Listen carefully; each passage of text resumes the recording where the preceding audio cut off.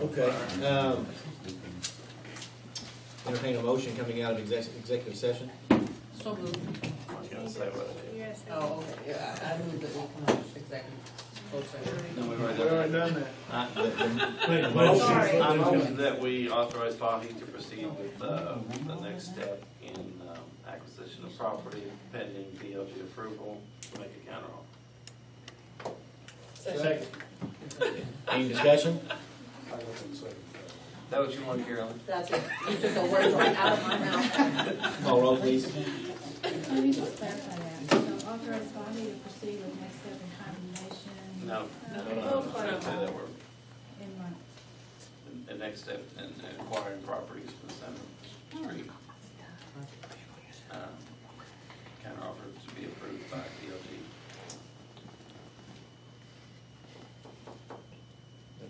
See the last one about the The counter offer to be Pending approved. DLG approval. Pending, yes, approval of the counter offer by DLG. Is it cooler outside or cooler inside? It's warm out there, isn't it? Okay. Well, they said it's hotter out there. No, it's cooler outside. It's cooler outside. Craig Robles out there. Out there, it's cooler. If the coyotes come in, then you're in charge, Sergeant at Arms. Go ahead and read the, or go ahead and call roll, please. Okay, so Glenn made the motion, who's seconding it? About three of us. Okay. All right, Atkins, Yes. Bishop, Yes. Carew, Yes. Franzini, Yes. Teeger. Yes. All right. Let's get moving. Unfinished business, B, selection of surveyor for the CDBG Center project, surveyor recommendation and resolution to retain the surveyor. I move that we accept Tim Kelly. Okay, Second. any discussion? Hearing none, please call roll. Atkins, Bishop, Yes. Carew. Yes. Franzini, Teeger. Yes.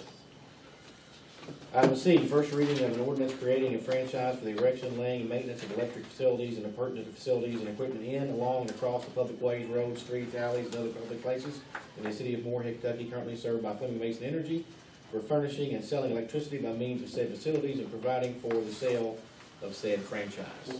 Second. Any discussion? Hearing none, please call roll. Atkins. Yes. Bishop, Yes. Carew, Yes. Franzini, Teeger. Yes.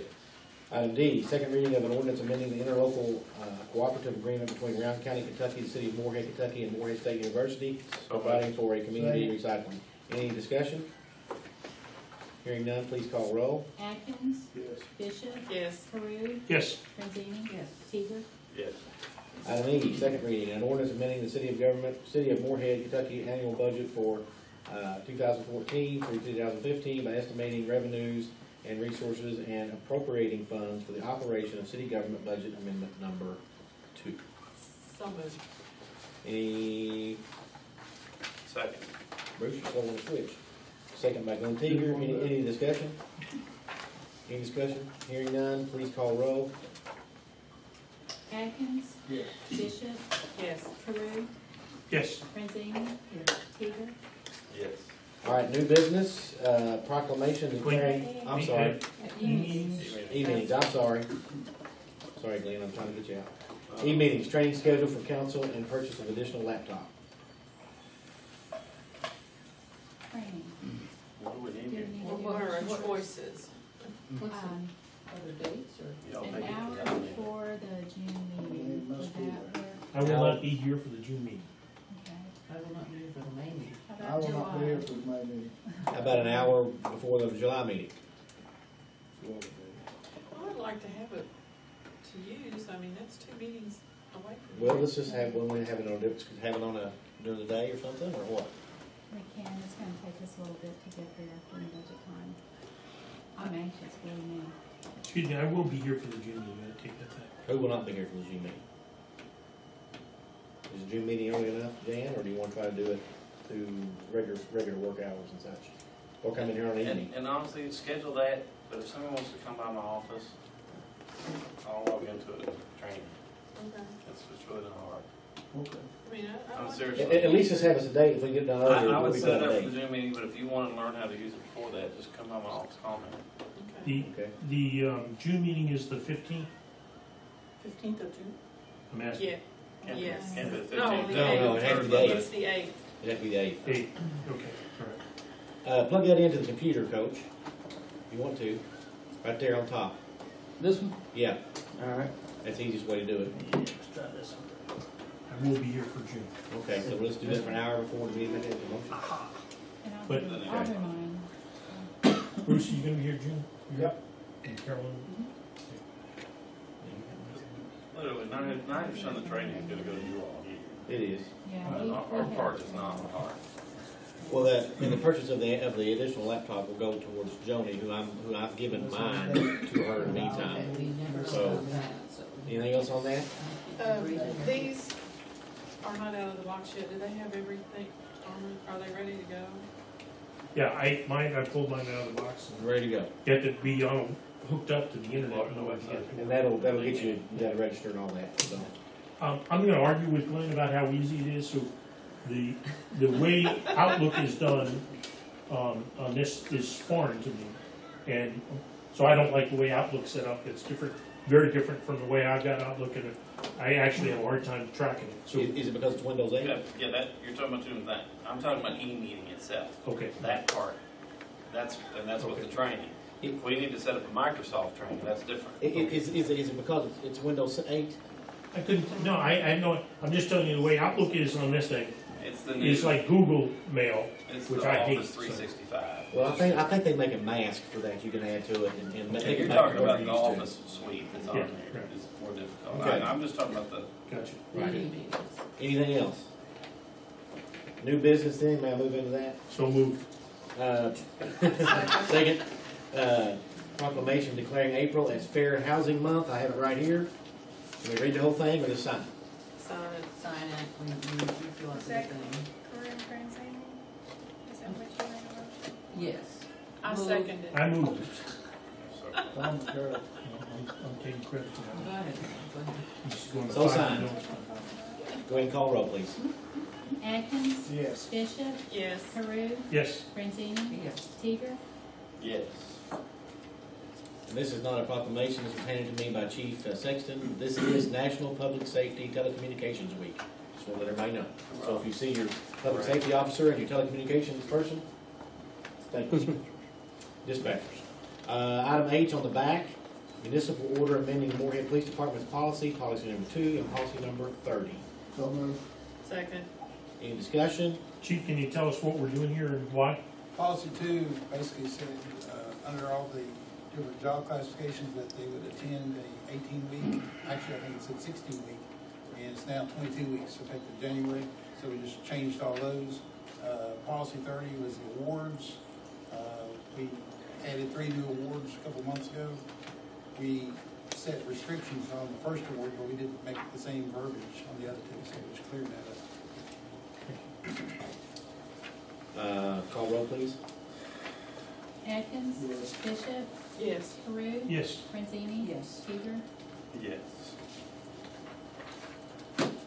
Item I, municipal order reappointing Mr. Jack Rose, member of the Board of Zoning Adjustment. So moved. Second. Any discussion? Hearing none, please call roll. Atkins, Yes. Bishop, Yes. Peru, yes, Francini, Yes. Teeger. Yes. Item J, first reading, an ordinance of the City of Moorhead adopting an amendment to the annual We budget. don't need that. Oh, I'm sorry. Did everybody get my email? Yep. Sorry. I was on a roll. Item K, Chief Anderson is going to give us a presentation on a proposed fire live-in program. Go ahead, John. Hit those lights. Hit one of them for us. There you go. Sweet. Alright. I know it's already late, it's about 40-minute, Bruce, but I'm gonna cut it, I'm gonna try to cut it down. I'm gonna cut it, so if I do flip through a couple of these real fast, because Bruce, I know we're already running a little late. Thank you all. And I have talked to a few of you about this. This is already good stand here, everybody hear me? Yes. Stand this Tom. We've talked to a few people, we've thrown this around for about a year or so, looking at a live-in program and what it's about. So tonight I just want to explain what it is, what it's about, and why maybe I think it'd be a great fit for Moorhead. You know who we are, Moorhead Fire Department. We are, I'm the only paid part-time assistant chief in Northcutt. We usually carry a roster of about 60 people, all volunteers, operate a 2 station with very modern fire equipment. Thanks to you all, we do a great job. We're approaching that 800, 900 runs now, so we're starting to get pretty busy as a volunteer fire department. Of course, we do a little bit of everything: fire suppression, rescue, and hazmat. All right, we struggle, like many other fire departments do, maintaining adequate staffing, and there's a solution out there that's often overlooked. Sometimes it just takes to suck it up and pure will to say, we can do this, rather than money or time. You know, it's something I think we can do. Up and down the East Coast, if you Google fire department live-ins or being you're going to find things like Prince George, Kentland, Hyattsville. These names are going to start popping up. These are towns and schools across the East Coast, from Virginia, Maryland, Pennsylvania, New York City, New Jersey. They've been doing this for many years. Prince George County has his whole operation of volunteers running that's Washington, D.C. area. That's a big operation using volunteers for many years to do this firefighter in resident program. So what is it? So what is a live-in program? Well, of course, the short answer is that a fire department live-in is an individual that receives room and board from the fire department in exchange for them staffing the apparatus for us so many given hours per week or month, but free labor. We provide them a dorm room type atmosphere, kitchen, wash machines, usually in dryers where they can take care of their laundry, internet, a study room lots of times works in well, and a place to relax. And they ride the fire truck for us free. Training we give them some of the best training I believe in the state right here in Morehead. We've got some great instructors. We'll talk a little bit about them later. So why do I think we need it? Well, I've noticed in the last couple of years we're really getting hard to get people out at that late shifts especially. You know, right now you get 30 people because they're out training. They're at the fire station on Monday night. We have a big good response tonight. 2 o'clock in the morning, it may not be that way. It may be John or me driving the fire engine. When we're doing that, and that's happened a lot this year, that 3 or 4 of us have got out. And I've had to divert, go to the fire station, pick up a fire engine, and meet Chief Northcutt on the scene with maybe one other guy, or the opposite. I went to the scene, he's had to stop, divert. When we do that, we're taking a big safety factor out of everything we do. We're throwing all the plans out the door. We're starting all over with 4 people there, and our 2 chief officers having to drive fire engines instead of being in command up there and being watching over us. And our response times. If you were, the last month, several nights it took me 5 minutes just to get out of the driveway. You know, ice, snow, sleet, everything else on my cars. So if I'm having that trouble, everybody else is having that 5-10 minutes to get to the fire station. We all, just about all of us don't have garages, so we're all parked outside. So we're having some problems at times. Now, put that disclaimer out there I forgot to do. I think we got some of the best volunteers in the state. This is no bearing on that. They were great volunteers. A lot of those volunteers' times have diminished. They can't give us what they used to. Might be some of the best firefighters in the state. That combined with 800 calls. Yeah, Yeah, it's true. Yeah, I'm going to take Brandon Barker, for instance. Brandon is a full-time firefighter and a captain, full-time in Lexington, captain with me. You know, that 8 hours before 5 o'clock in the morning, he goes on shift. Brandon's probably not going to come out. He's gone 24 hours.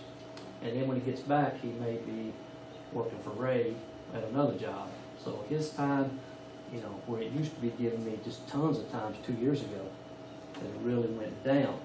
Quality, but when he's there, I don't have to worry about anything. So I've got a lot of guys like that.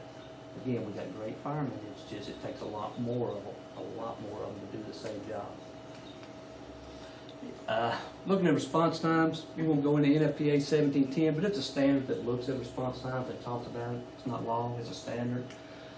Real quick, NFPA 1710 says, by responding quickly to a fire, we keep a small incident small. Makes sense. We get there in time to control it, we're gonna do a good job and usually get it out. And if we get called, it's already going to the roof, we can't change things. We're not gonna bring that roof back on it. If it's an explosion, it's already exploded, we're not gonna bring that back.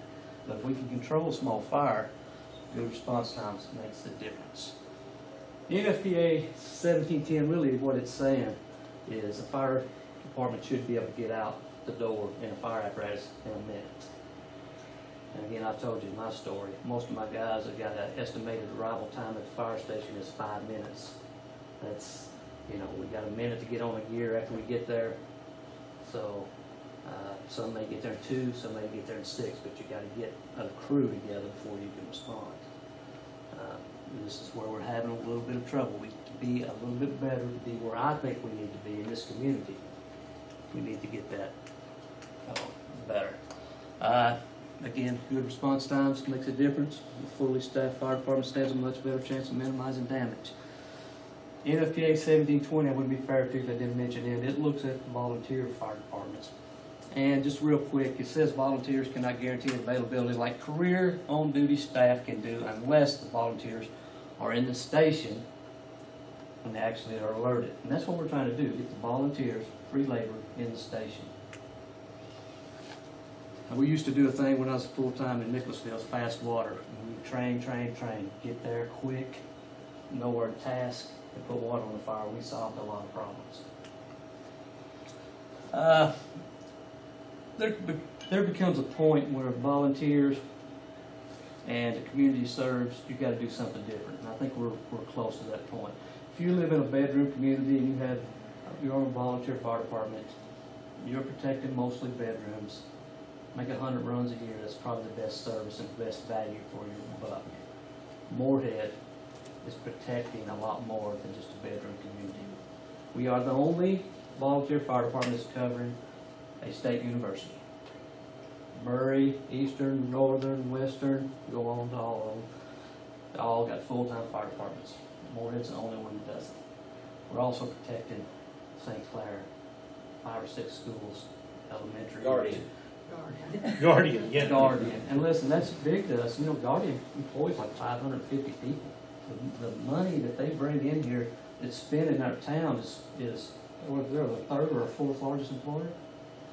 We got to keep them here, in my opinion. I love them. I mean, because they bring in a lot of money to the county. They spend the money out of restaurants.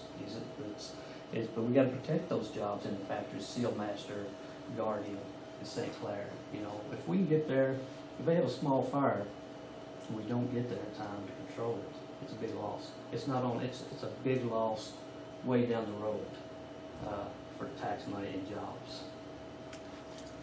So what would it take? My field of dreams, of course, is build it and they will come. You haven't seen that movie, have you? That's my favorite movie. Oh, okay, where'd it go? Field of Dreams, love it. Okay. I knew you. Okay, Moorhead Station number 2. We've got this out there by Viking Drive on 32. It has about 2,400 square feet of unfinished upstairs in it right now. I think we could make that work. It's an ideal. Add some bunk rooms and we're ready to go. However, we've been talking about this. We've been talking about this new fire station. And when I came here 6 years ago, I did a survey. Knocked on Jim's door. I think he's in the hot tub. Okay, both of them. But we're doing that survey. But we're trying to get a grant to build a fire station. Thank you, Bruce. Going fast for Bruce. But I think if we're still on that line and we're still going to do that, that's still our best option, to do it in a new station. If we're going to be another 6 years, I would like to go back to that, you know, and say, we can do it out here if we want to be a long time getting this new station.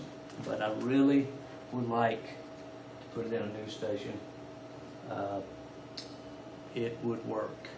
This is College Park Volunteer, University of Maryland. They protect the University of Maryland. They've been doing this for a long time. You Google that and you'll see that they have got a long history of doing a bunk room program. run by it. And they don't just protect the University of Maryland, they protect the community around the University of Maryland. They make thousands of runs out there. Thousands. It's a big, Maryland's a big campus too. So, you know, like I said, they've been doing this for many, many years and it's worked. So why do I want to do it? Well, again, I need to get those response times down from 5 minutes to 60 seconds. That solves a lot of problems, not just in fires, but lives. We do a lot of car wrecks, a lot of wrecks that that minutes count. We've got the golden hour lots of times, and it's the golden minutes sometimes to get in there and do something. Our staffing, if you know as a commander when you go out the door that you've got a fire engine and 3 guys in it, your plan, your instant action plans are just so much different than the unknown plan that you have to wait until they show up and see who they are and what their capabilities are. But if you've got this instant action plan that you know you've got engine 10 coming with 3 guys on it, you're in a better, you're ahead of the game on that.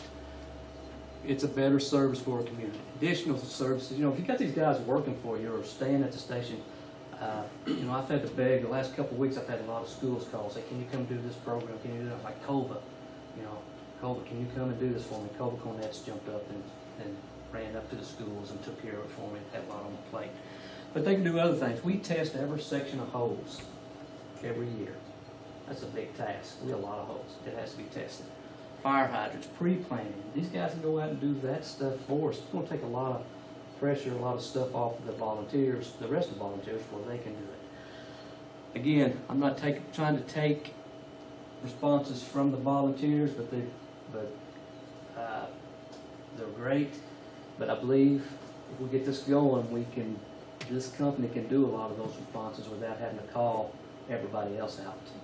Because a 3-man engine company can handle 50% of the wrecks we have without calling anybody else. They can handle a lot of the carbon monoxide alarms or investigations without having to call and pay the money for everybody else. I think that would save enough money to pay for the program. There's still going to be plenty of runs for the volunteers. They have nothing to gripe about. They're griping and come out at night and help me. So I don't think they're going to gripe. Chief, out of those runs that you all are almost up to, how many of them are runs that are called out for the ambulance service? It's around, I've got all those figures, I just gave them to Beth the other day, and it's I think I might have them in my notebook. Approximately. It's about 200. Yeah, there's about 105 city and 160 or somewhere around there county on the fire, and we've been looking at trying to get those numbers down because a lot of them are bureaucrats, and we've been working with dispatch, or actually I've been working with Danny Blevins a lot to see if I can get some of those. But is that not up to the dispatcher? I mean, because the dispatcher Some of it is. is We're looking at some pulling new, it down. we're looking at some new policies that may help them. We've got, you know, Alan's had a lot of turnover in dispatch, and some of the new girls are a little trigger happy, and we want to put out some new information to them in the future, hopefully to maybe give them better guidelines. So I had a meeting with Chief Blevins last week to talk about this, and he's all for it. He understands. Ben's kind of heading this up, but we've talked as well, and we had a meeting the other day, we talked about it with Chief. So yeah, that's definitely. They're following their policy they got in place right now. So Yeah. It's going to It change is. the policy. And then we're looking at that policy and make it better. I believe we can. So I wish our KCTCS guys would. KCTCS already has a fire degree program. Already.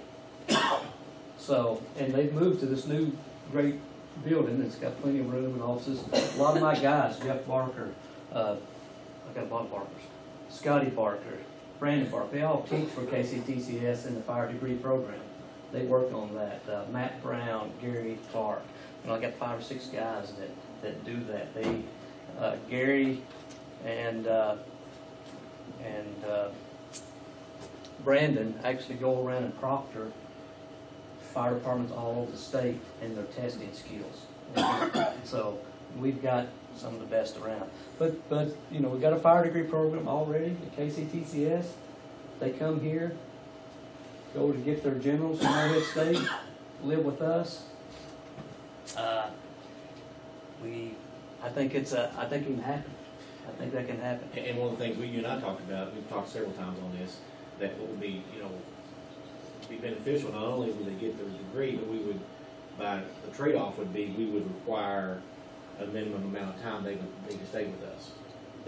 As trade-off for this, We'll probably go look, if we ever get close to this, we're gonna take some road trips, we're gonna go to Maryland, visit a couple fire departments, look at their policies, see how they're doing this. But I think it worked. ISO will give you credit for staffing. That's, we're close. We were like 2 points from being a class 3. 2 points. And we could, with that staffing and these guys doing some of that other stuff, we'll be real close. We should be there. That lower insurance rates or everybody? It should lower your insurance rates. And the good thing, go ahead, Jan, I'm sorry. For people Well, who recognize it. Go ahead. No, I was just gonna say, it's not gonna, and you're not here talking about thousands of dollars. It's just basically if we decide to go ahead with what we talked about here Yeah. recently, it's just us Yeah. providing the space. I mean, Yeah, the only difference we would probably do, if you were building that fire department for a full-time department, you probably wouldn't build as many bunk rooms. I wanna make it a few more bunk rooms to make this program work. But if you were doing full-time staffing, you would build the living quarters a little different. I'm looking at more In rooms. the event that funding is not there for a new station, how much would it cost to renovate? Well, unfortunately, our builders didn't do a great job No, they didn't. on our upstairs section. Joe and I looked at it several times. But it can be done, right? I mean, firewall, you got your walls, you just cut in a few windows, AC, electric, drywall, ballpark, Joe, 100, 100,000? 80. 80 to 100. Yeah, it's gotta be brought up to code up there. I mean, that's to make it right. And how Would- many rooms are we talking about? Or we approximately? could be talking about 9 to 12. Yeah. 9 to 12 Yeah, and- rooms for 1 or 2 people? Two per room. Not individuals, probably individual rooms. We can look at it both ways. I think they need their own rooms. I think it works better that way, as you do it there. Is it a lot of work? Yeah, it's a lot of work. It's a lot of work on me, but it was worth it. I mean, we're getting a pretty good service, I believe. We'd have to have showers out there. They go without showers, I don't know why. But, can we get the firefighters? I'm looking at this right here. When I did this, this was a recruit class a couple years ago. 1, 2, 3, 5 of those 7 were MSU students. And 3 of them are at least 3, 2 of them are still in MSU right now. One's graduated, 2 are out. And if I can get the town kids too, if I can get the Will Quisenberries and the Colbert Cornettes in there, I can't get Will, he's done bought a house, he's done thinking 20 years ahead. But guys like them, just great town kids, and I really want to get the town kids involved too, because that's where your future is. But the college students fill a void, and we've used a lot. A third of our department I've hired since I've been here. And a lot of them come already trained. You get a lot of people, and then like I Right. said, when he gets out there, they're gonna be knocking on your doors. There's an application process. You look at these other departments, there's a big application process for it. So, yeah, can I get the firefighters? I've been able to get them. I'd like to do better in town. Try. There's just not that many that There's do maybe it. an incentive. How many of them are still with, I got about, out of the class I hired, about 18. how many Out of that bunch, all of them. All of them in that picture are still with me from 3 years ago. Wow, that's impressive. Yeah. And several of them are local. Yeah. Will, JoJo, Tess, McKenna are all local kids, and I believe the Hill boy, he's pretty much moved in here. I don't think he's going anywhere either. Good kid. T. Alex. Can I get the instructor? Well, I told you I've got some of the best in the state. I've got Region 9 right behind me. Or now in a new facility, I've got everything I need. Props, I asked for a prop, and it's down there in a few days. We can do anything we want as far as instructors. I think we can do it. So either a small investment, some will to say we can do this, we can get that service. And again, it's about getting a fire truck out fast to save property and lives. that's what it's about. We, the other options, hire full-time guys, that's 60, 70, your investment altogether, what's a startup policeman cost, 60,000? I mean, not But your benefits. benefits and everything, what I'm, yeah, And the right there. I know it's got 75 in Lexington, but those guys are the first year, they're making 2 years now, they're making 50,000. So, Anybody have any questions for Chief? I appreciate you putting together. Great something we talked presentation. about, obviously, as we go into this process of And prioritizing our capital needs, if that's where we go. Yeah. I think it's the and way to go. these gentlemen and ladies keep me informed yeah. 24/7, let me tell you something. Not because he's standing here, not because he's sitting here. We're very blessed to have the first responders in our community that we have. And they work very hard. Yeah, and I know originally we'll get a lot out too. Our response to Guardian kind of went from everybody. The second time we kind of did a tone, we kind of broke down and figured out we still had a couple of fires, and then went to about half. And then at 1:30 in the morning when we went back to the fourth time with me and John and Doc Malone. Yes. And that's dangerous. It was. That's dangerous. Yeah. I said, John, I don't want to do it. I'm the Yeah. IC here, but I got to go in with you. We're going Well, to put this fire out. They got in and opened back up again, but they weren't able to open back up in as quickly if it wasn't been from the response they had. The place They had were been open burned up to the for ground. 3 days. They went in there and cleaned that place up and operated. I went back in Tuesday to get the report from Mr. Pierce, the plant manager, and it's like $80,000 damage, not counting labor. And they're running. And, It could have been much, I much think they worse. were tickled. Thank you, Chief. All right. Appreciate you. Thank you all. Item I, parade, public assembly. Well, before we I'm leave sorry. that, Mayor, I mean, I just, so I want to voice my support Yes, for the yes. concept. I think that, as we look at the potential for building a new police station, fire station, as Jan said, if we've got to push that out very far, this may be an interim solution, and it may be a solution that actually isn't interim in the sense that we could have 2 bunkhouses. Yeah. Oh, yeah. So there's, in that sense, we've got 2 firehouses, and if we want the quick response, we've got people at both firehouses. So it may be a good investment either way. Yeah. Certainly, whatever we build out there at fire station number 2, I will want to make sure that it's as safe as possible since, people sleeping up there. Definitely. Anybody else? Sounds like an excellent idea if we can do it. Okay. We'll move on. Thanks, Chief. Item I, parade and public assemblies. So I had asked for this to be on the agenda, and this has to do with the KKK rally at the Fountain Park, Fountain Park. And I had asked Joyce, well, do we have anything on the books that requires an entity to acquire a permit to do this? And so, because they weren't marching on the streets, as I understand it, Joyce, you correct me if I'm wrong, they didn't need a permit. I was a little bit confused by some of the message I got from you, Mayor, as to who they notified, but I think Joyce said they notified the state police, if I understood correctly. What happened? They notified the state police Thursday, I think it was. State police. I thought it was 5:30 that morning. No. We were notified 5:30 that morning from the state police. Right. State police were notified, am I correct, on Thursday, Friday? They had been following the information, and Captain Mullen came in, personally apologized. He had about 25 different agencies to respond to. And that was Good Friday. He actually left a voicemail after I left for the day of Good Friday. So it So worked half a we didn't day. get the message, and he meant to call me back myself, and never got it.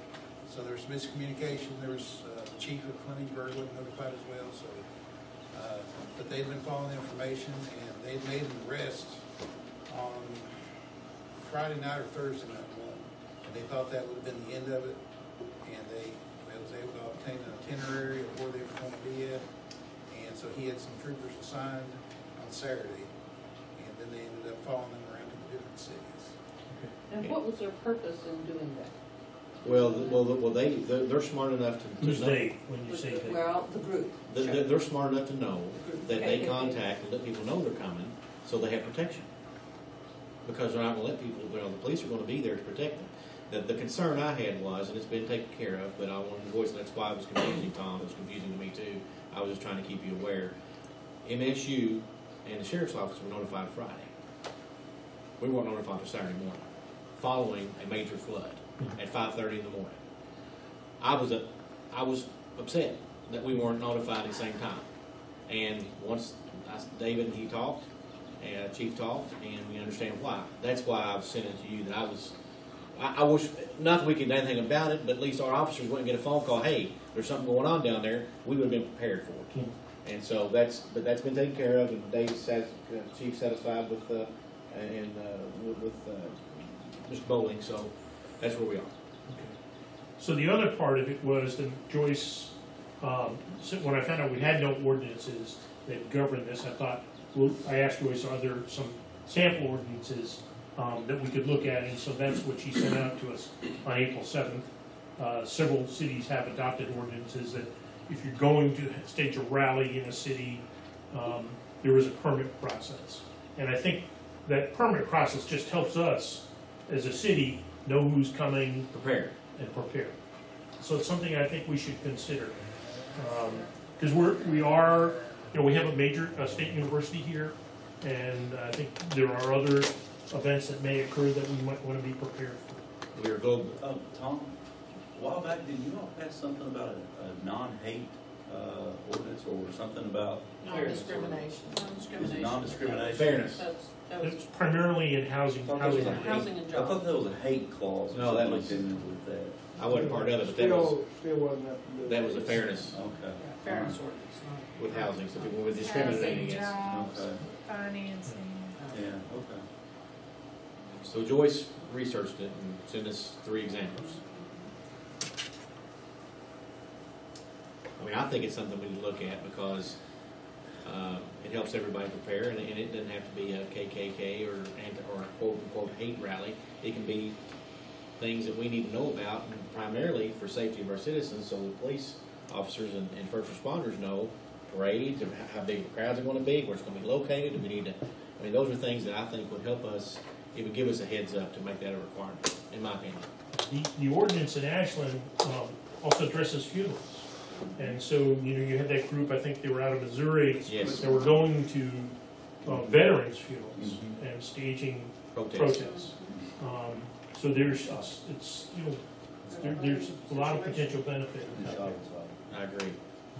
It's not a permit to have a funeral procession, it's a permit to prevent reaction or protesters at a funeral procession. Joyce, is there anything you would want to say?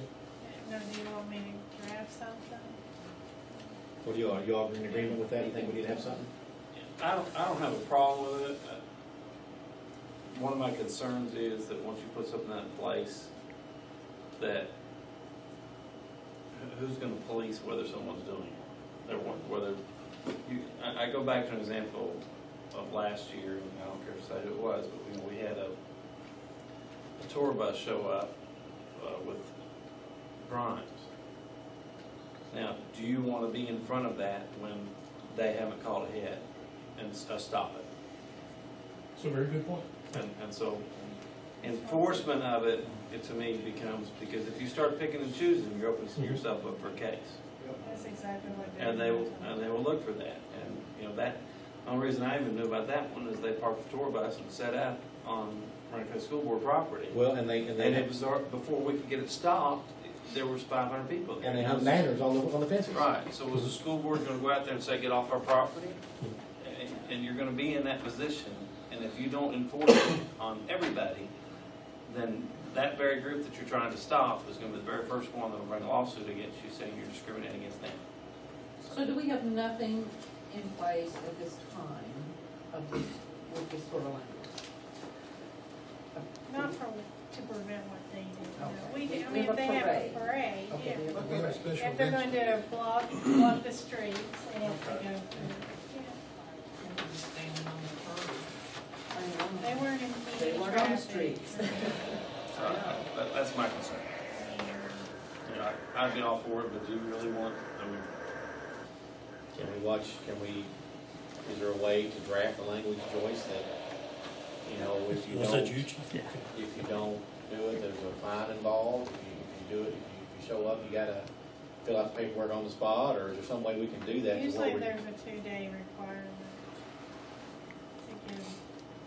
It's just the language would be hard to cover the groups we're wanting to cover and yet allow certain groups. And I'm not even sure what groups I'm talking about. I mean, the political thing was exactly what David and I talked about, or Chief Sexton. Well, that was a Democrat, that was a local group that invited them in here and should have been us first.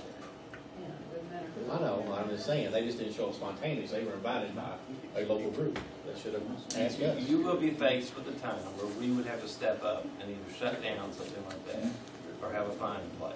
And I just don't know that we're prepared to do that. Because it's one of those things that, you know, it may make the headlines when we pass it, and people are all gonna say, that's great, they're stopping those kind of groups, hate groups coming in. But the first time, And it doesn't Does stop, a it Republican- doesn't stop any, so the Ashland ordinance, They have to these get ordinances don't stop anyone. I should have said that, I agree with you, it doesn't stop it, so those people are gonna get a permit. But the first time that someone's not thinking, well, they surely don't mean political rallies, and they have a gathering or a rally and don't get a permit, then somebody's gonna be in a position to say, go shut that down. And that's a tough one. So with the ordinance on the books, that if they're going to impede traffic in terms of blocking a roadway, we do have an ordinance in place. Right, if they're gonna do a parade or like when they stand in the street and collect money. Bucket brigade. It's illegal to walk down the street without a permit. I mean, right down the street, because you're creating a hazard. But I wonder if. But when you're standing that close to the street with a group of people that could possibly impede in traffic, or is that How called? many times do people go down there in that park and take wedding pictures or prom pictures and all that stuff, and people stop and look? You But can't determine. At that point, your city ordinance is gonna be null and void, because then they're impeding traffic, and then there's state laws that cover that. Yeah. and enforce those laws. I see your point. I mean, if people will stop for them and gawk, then they'll stop and gawk, and people take their pictures in that. I mean, listen, no one likes them. We're just trying to do it to where it has some teeth. I can take care of you No, he's. If you want to just look at this further, let Joyce look into it further and see Well, what. it sounds, so far, it sounds like I'm the only one interested. So I don't want It's not that to. I'm not interested, Yeah, it's just I just hard. don't know how you come up with something that you're really gonna want to enforce all the time. Right. Good. With all kinds of groups, big weddings, da-da-da. I'm guessing though that Ashland had one, Somerset has one, Danville, wouldn't it? Danville, I bet Richmond. you Lexington has one. Richmond. You know, why would they have one if, I'm just, again, looking at what's already been done. As long as we want to. Is there anything that could have an anti-hate clause in it? That's what I was kind of getting at. I mean, I know it sounds silly, but You can't, it's freedom of Your speech. wedding would have love, so you Then, know. some kind of hate clause. But then you. It's considered a hate crime, or There is a free speech issue, and you're not trying to prevent them If they do from having their something that free alleviates speech that, rights. There's already laws in place, Yeah, the free but speech thing, that's, it could do, I mean. What's a hate crime to me and you, man? I mean, hate crime to somebody else. Exactly. right. Hanging somebody on. there are some definitions, legal Well, definitions. absolutely. But for example, somebody wanted to have, because it rained, they didn't do it, but they want to have a cross down there and have somebody be on the cross for Easter, for Good Friday. What if you're hanging on the cross, that offends somebody? Yeah, I mean, I'm not saying. yeah. The plan has a We are having one. history of that. Speaking of that, but Bruce brought up a good thing. There is a love not hate rally tomorrow night. You know that, don't you? Down here on I said love. love not hate rally down here at the Moonlight Stage tomorrow night at 5:30. Who's doing that? College students. I'm gonna go speak. So there you go. No, I'm not going. You're the one that had the love in. I just want to tell them that we don't, that we're looking at it. Are they closing the street? Huh? Closing the street. Not that I know of. They have music. I don't know. Loving music, only loving music. All right. Okay. Anything else? Anything else? Other city business? I have something else. I'm sorry, the cable. You all want Linda Hain here next month. You will have the cable franchise, the sale of the cable franchise first reading. Linda's the one that's been involved with it from the very beginning. That's I who. need to tell her, okay. And the second thing, she emailed me today, and apparently our franchise with Windstream is going to be up in either May or June. She doesn't represent us for phone, but she does other cities, and they contacted her on behalf of formally. She said she could represent us. She charges $300 an hour, but Windstream has agreed to pay legal fees and publication costs of up to $5,000 for the other cities, and she thinks they'll pay that for Moorhead, but she needs to know if we want her to represent us in those negotiations. Yes. Is it something we have to negotiate based No, on? that's a professional Okay. service. But as long as it's in the budget, we'll be reimbursed. Okay. And I'll ask her to come next month and explain the cable. The cable's been a year-long negotiation. Anyone else? Public?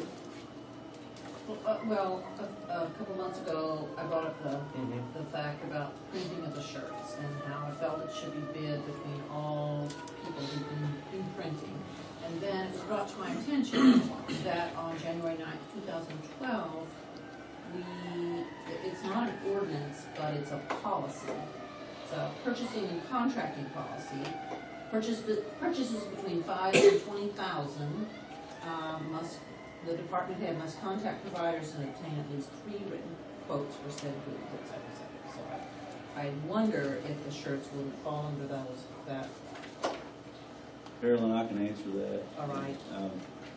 I've addressed this I don't know how many times and how many different ways, but we can micromanage it. But up to $5,000, if it goes above $5,000 to 20, I do obtain three quotes. But usually, with my purchases, they never go over $5,000 on one particular ticket. Right. It's impossible for me to know ahead of time. I know where this is coming from, and I've addressed this every way possible that I can think of. There's no way for me to know ahead of time how many uniforms I'm going to need, because I don't. Say in June, I don't know in June how many basketball uniforms I'm going to need. I'm not going to know during basketball season how many baseball uniforms I'm going to need. So at any given, we stagger our start dates, our end dates are staggered at different times. It'd be very difficult to do just one big colossal assignment of uniforms. We did bid the soccer because it was, and I think that person that's raising so much detail on this came in third. I'm trying to do the best I can with the taxpayers' money and with the product that we're getting. And I'm satisfied with the people that we've been going to get the uniforms with. It went above and beyond Call of Duty to ensure that our kids and our programs have the needs that are met. And we call it Kentucky League of Cities, and this is the same way everywhere. The fact of the matter is, there's not a set amount, and they have sent back that exactly what he said. So This is our city policy. I like when you have Little League. How much do those usually run? It seems to me like they run more than $5,000 when you start buying shirts and pants and. They absolutely do, but they start. The T-ball program starts at a different time than the coaches pitch, than the 9 and 10, than 11 and 12, and they all receive different types of uniforms. It's not all the same. The T-ball will receive a T-shirt and a hat. The coaches pitch will receive a two or three button shirt and a hat and pants. I think I'm not sure on that one. So what you're saying, David, though, is there are different types of uniforms for different leagues. So at different it's times. not all the whole entire league is not getting the same uniform, and they're not all ordered at the same time. Right. they can't be. There's no way. But I did it for 5 years. Yeah, there's no I way. know. I ordered it I myself. think So I've David tried and to I be- looked at it, and the only sport where it would be soccer. Soccer, yeah. They And that were I over agree with. Yeah, 7,000. soccer will be bidded out. And they were exactly, it's just t-shirt, socks, so Yes, they were basically it's going to be the same every year. Yes. What about basketball? Basketball is starting at different times as well.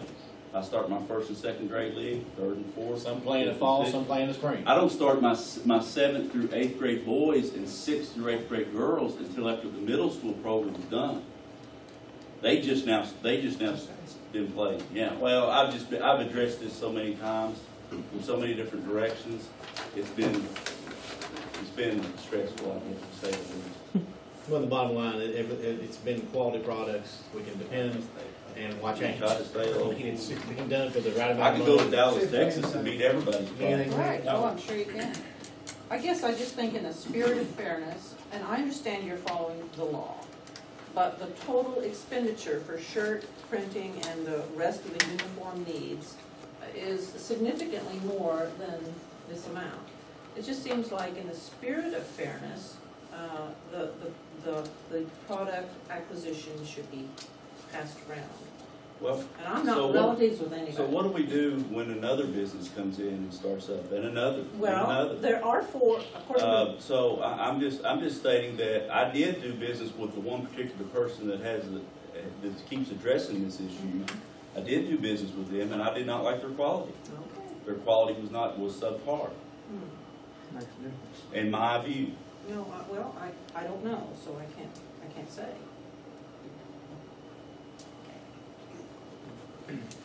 Anything else, Glenn? No. Thomas? No, yes. Already said my piece. Move to adjourn. Bye. We have a second? That's my job.